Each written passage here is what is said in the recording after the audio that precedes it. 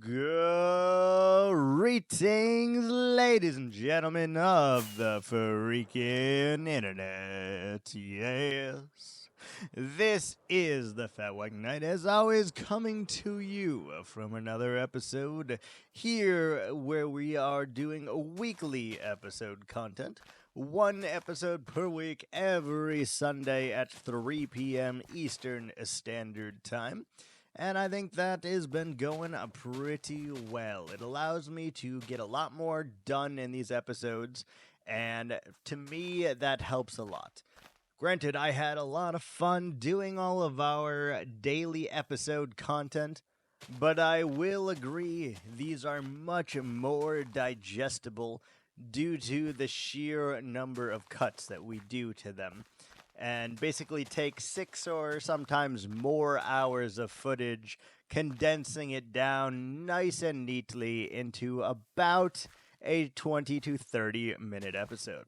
So we got a lot planned for today. Let's get right freaking into it, starting with some tree chopping, as we tend to do.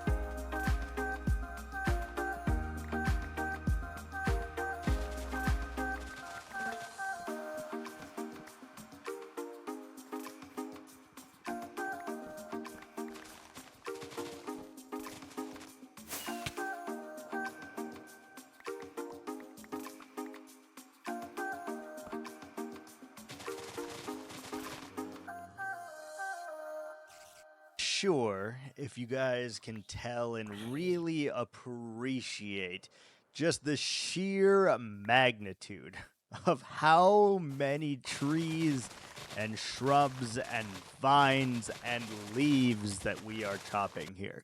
No joke.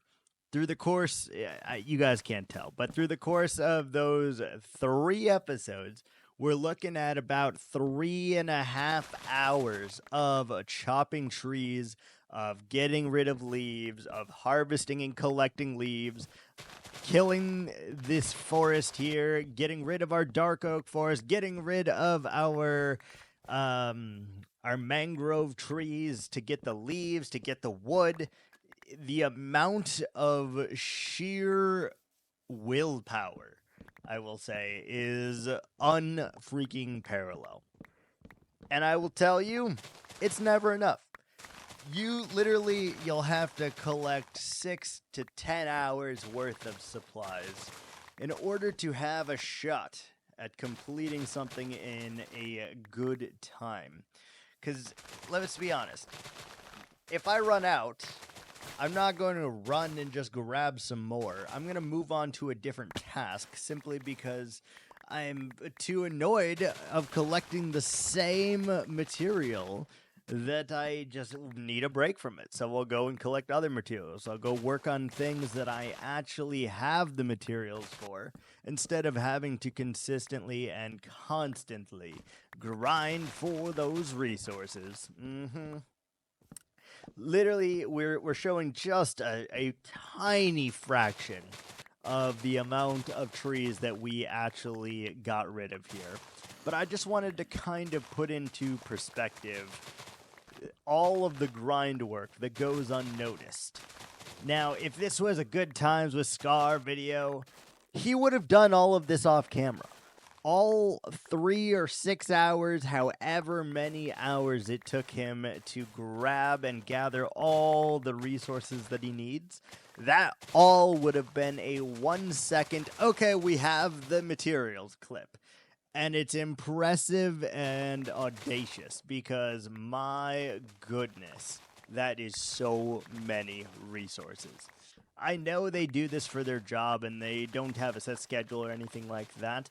Can put out an episode when they want, but my God, is it impressive. It really, really, truly is. Especially, and I can admit that now that I am in more of the grind state, the grind flow here, and trying to get this all the way I want it to be. It's quite impressive, I will say. So, we're going to continue doing a bit of the grunt work. And as we go, we're going to go back into some time lapses. I might talk about some stuff, and we'll just have a good old time and figure it all out. Because that's really how I like to do episodes to begin with, right? Right. So, sit back, relax. We're going to continue the grind. We might throw some building in there, and we'll just have to see what we come up with, all right? Stay tuned. We'll be right freaking back. Boop. Fun fact, we actually didn't go anywhere. We just recycled and started anew to grind the trees. But good news, we've come to almost the end of the tree sharpening, which is great. Because, my goodness, was it a lot of freaking stuff. So many trees were felled. So many lands scarred by my shovel and by my pick, by my axe. Unyielding. But we are going to go into a bit of a time lapse here of us building out the house in which our sheep and wool production is in. All right? About now. So I decided that we're going to go with whatever color this is. I can't remember if this was pink terracotta or if this was... I believe it's pink. I think it's pink terracotta. And we decided to go with that because for some reason I've got it in my head that I want one single house for just about every color of terracotta. And I'm not really sure why. There's no reasoning behind it. There's no rationale behind it. It is simply because I like the vibrancy of the colors of it. And each one is a block that I've never really used with before.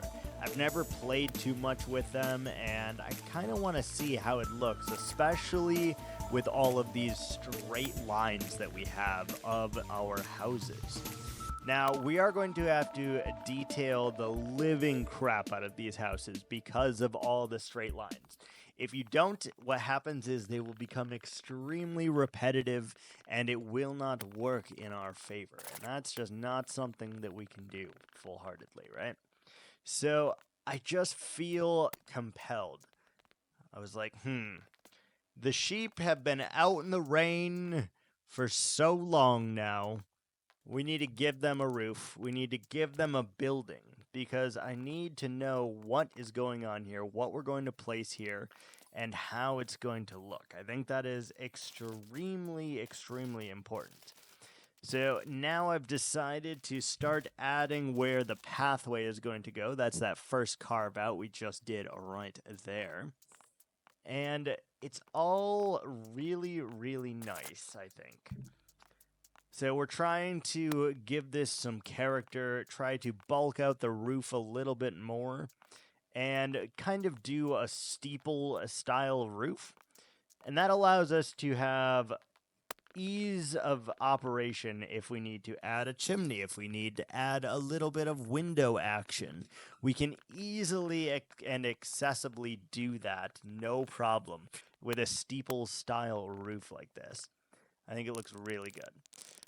Next, I decided to take a trip out here to the flower farm, all the way out here in the swamp, so that we could get our hands on a lot of blue flowers. But I don't know if you caught it there, we only were able to obtain a few of these stacks, which is definitely not enough, because I think in this particular build, in Seraphs Outpost here, the blue flower is something that they really, really like. They utilize it, they use the dyes, as well as they think of it as some kind of spiritual flower to calm and quell their desires and their inhibitions here in the town. So they do use mostly this flower. I haven't decided if they're going to use only this flower yet, because there is one house that has two other kinds of flowers. Other than that, we have only used the blue flower so far, and I think they are by far the best in terms of Minecraft flowers. Now, I really, really like the pitcher pods, but they are out there, and you have to have a certain kind of build for them to really work in your favor. Or else they look kind of mysterious and not quite right. I don't love that. So, I do think that we have to put a border around these because the grays and the blacks out of the mud block look really, really good paired next to this blue flower here. I think it is really, really nice, and it adds a bit of aesthetics here because obviously we're not going to leave it as just a plain flower forest. We're going to add trees, and that is coming soon. Real quick, we're going to build our path. We're going to start to form all of the trees around the area, and then we'll get into some more of the details that are going to make this something more than it actually is. So stick around. Let's go!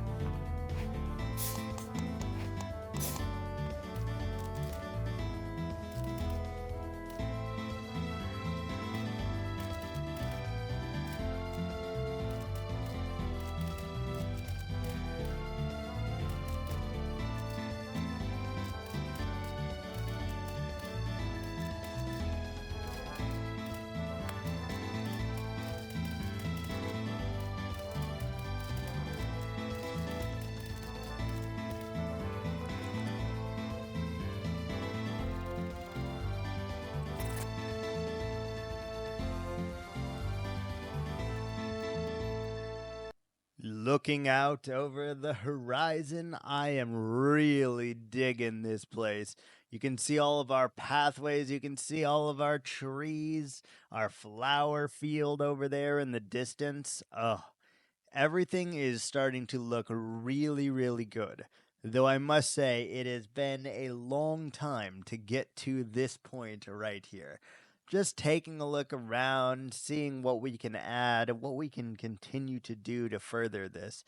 It's going to be great. Really, I love how this base is working out so far, and I'm very excited to continue working on it painstakingly. Unfreaking fortunately, we do need to get rid of some of the things that we just did, i.e., the flower fields that we had over here, because I have a better idea of how this can look not only better, but how it can also appear just a little bit more interesting than the shape that we tried and laid out for ourselves. So, we're going to quick get it into a time lapse. And we're going to make some progress here. And you guys will hopefully start to see my vision of what I need this flower field to be. Let's go.